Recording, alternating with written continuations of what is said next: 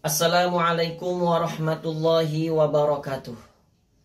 Alhamdulillahilladzi faddalana ala katsirin min ibadihil mu'minin.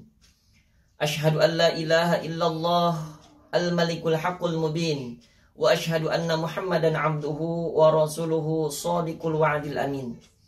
Allahumma salli ala sayyidina Muhammadin sayyidil awwalin wal akhirin wa ala alihi wa ashabihi ajma'in, amma ba'd. Faya ibadallah ittaqullah. Qala Allah ta'ala fil Qur'anil Karim wa huwa asdaqul qailin. A'udzu billahi minasy syaithanir rajim. Bismillahirrahmanirrahim. Wa may ya'mal su'an aw yadhlim nafsahu thumma yastaghfirillaha yajidillaha ghafurur rahima. Shadaqallahul adzim. Hadirin yang dirahmati Allah Subhanahu wa ta'ala, salah satu ucapan yang dicintai oleh Allah Subhanahu wa ta'ala ialah alhamdulillah. Segala puji bagi Allah Subhanahu wa ta'ala, yang mana Allah telah memberikan kita beribu-ribu kenikmatan, dan Allah telah memberikan kita banyak kesempatan, sehingga kita semua diberikan umur panjang oleh Allah. Salawat beserta salam semoga senantiasa tercurah limpahkan kepada baginda Nabi Muhammad sallallahu alaihi wasallam. Tidak lupa kepada keluarganya, kepada sahabatnya, kepada tabi'in atba'ut tabi'in. Semoga kita sebagai umatnya kelak mendapatkan syafaatul uzma. Amin ya Allah ya rabbal alamin. Hadirin rahimakumullah. Iman kepada hari akhir, iman akan adanya hari akhirat, merupakan salah satu keimanan yang wajib dimiliki oleh setiap muslim, yang wajib dimiliki oleh setiap mukmin. Lantas pernahkah kita berpikir ataupun bertafakur bagaimana kehidupan kita nanti di akhirat?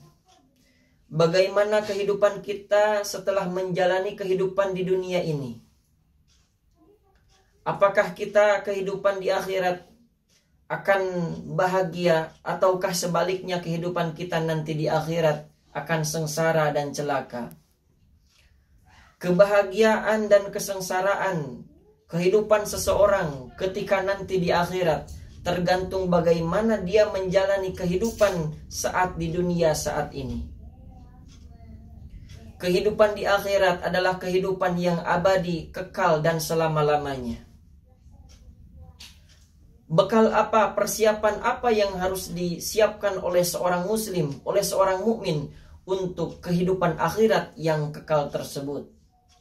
Jawabannya dalam firman Allah Subhanahu wa ta'ala dalam surah Al-Baqarah ayat 197. Allah Subhanahu wa ta'ala berfirman, A'udzu billahi minasy syaithanir rajim. Wa tazawwadu fa inna khairaz zadi taqwa. Berbekallah kalian semua, fa inna khairaz zadi, karena sesungguhnya bekal yang paling baik at-taqwa, yaitu ketakwaan kepada Allah Subhanahu wa ta'ala. Salah satu ciri orang yang bertakwa disebutkan yaitu dia yang selalu beristighfar, dia yang selalu memohon ampunan, dia yang selalu bertaubat kepada Allah Subhanahu wa ta'ala. Oleh karenanya pada kesempatan ini tema yang akan saya bawa yaitu meraih kebahagiaan abadi melalui istighfar.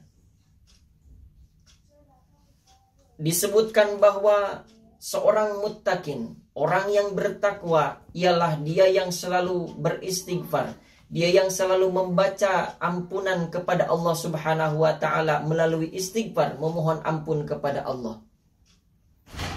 Contoh yang paling baik, sosok yang menjadi suri tauladan kita semua, telah memberikan contoh kepada kita semua tentang bagaimana beliau Rasulullah Shallallahu Alaihi Wasallam memperbanyak istighfar sepulang dari melaksanakan ibadah sholat fardu.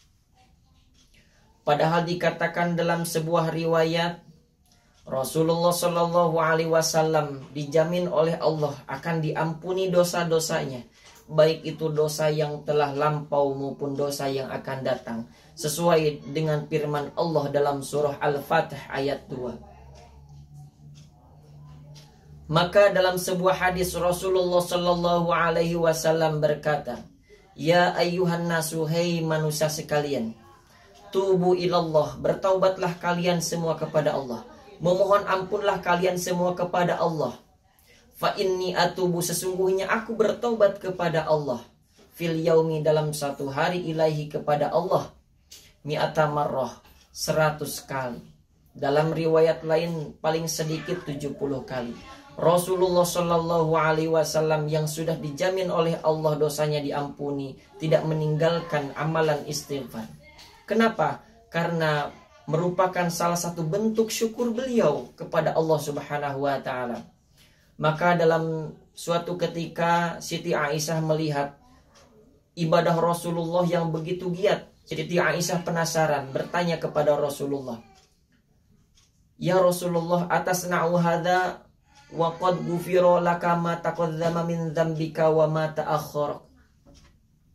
Ya Rasulullah, kenapa engkau melakukan ibadah sebegitu giatnya sehingga kaki-kaki beliau sampai pecah-pecah?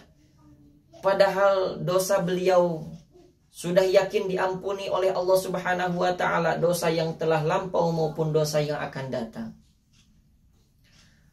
Mendengar pertanyaan Siti Aisyah tersebut, Rasulullah menjawab, faqala Rasulullah Shallallahu Alaihi Wasallam, ya Aisyah, wahai Aisyah, afala akunu abdan syakuro, tidakkah engkau senang jika aku menjadi seorang hamba yang bersyukur kepada Allah? Rasulullah memperbanyak istighfar, bagian dari rasa syukur kepada Allah Subhanahu wa Ta'ala, karena dosa-dosanya dijamin oleh Allah akan diampuni, dosa yang telah lampau maupun dosa yang akan datang. Hadirin rahimakumullah, di samping istighfar merupakan rasa syukur kepada Allah Subhanahu wa Ta'ala, beristighfar, memperbanyak istighfar juga merupakan salah satu untuk menjauhkan kita dari panca bahaya dan musibah. Sehingga dalam sebuah asar yang diriwayatkan oleh Sayyidina Ali radhiyallahu karramallahu wajhah, beliau pernah berkata, ma nazala balaun illa bidzambin, tidaklah suatu musibah, suatu bencana datang menimpa illa bidzambin, kecuali ada dosa yang diperbuat.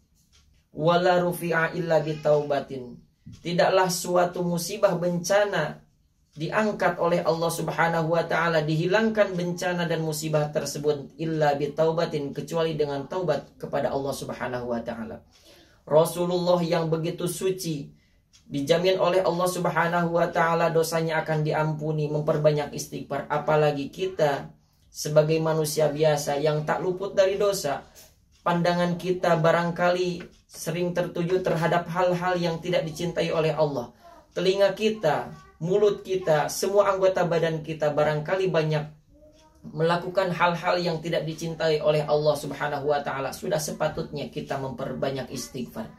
Makanya dalam Al-Quran, dalam surah An-Nisa ayat 110, Allah Subhanahu wa Ta'ala berfirman, wa may ya'mal su'an, barang siapa yang berbuat kejahatan, au yadlim nafsahu, atau menzalimi, berbuat zalim terhadap dirinya sendiri, tsumma yastaghfirillah, kemudian dia beristighfar, memohon ampunan kepada Allah Subhanahu wa Ta'ala, yajidillaha ghafurur rahima, niscaya dia akan mendapati ampunan Allah yang maha pengampun lagi maha penyayang. Hadirin rahimakumullah, mudah-mudahan kita semua dijadikan oleh Allah Subhanahu wa Ta'ala menjadi pribadi yang bertakwa, yang memperbanyak istighfar. Amin ya Allah ya Rabbal Alamin. Wassalamualaikum warahmatullahi wabarakatuh.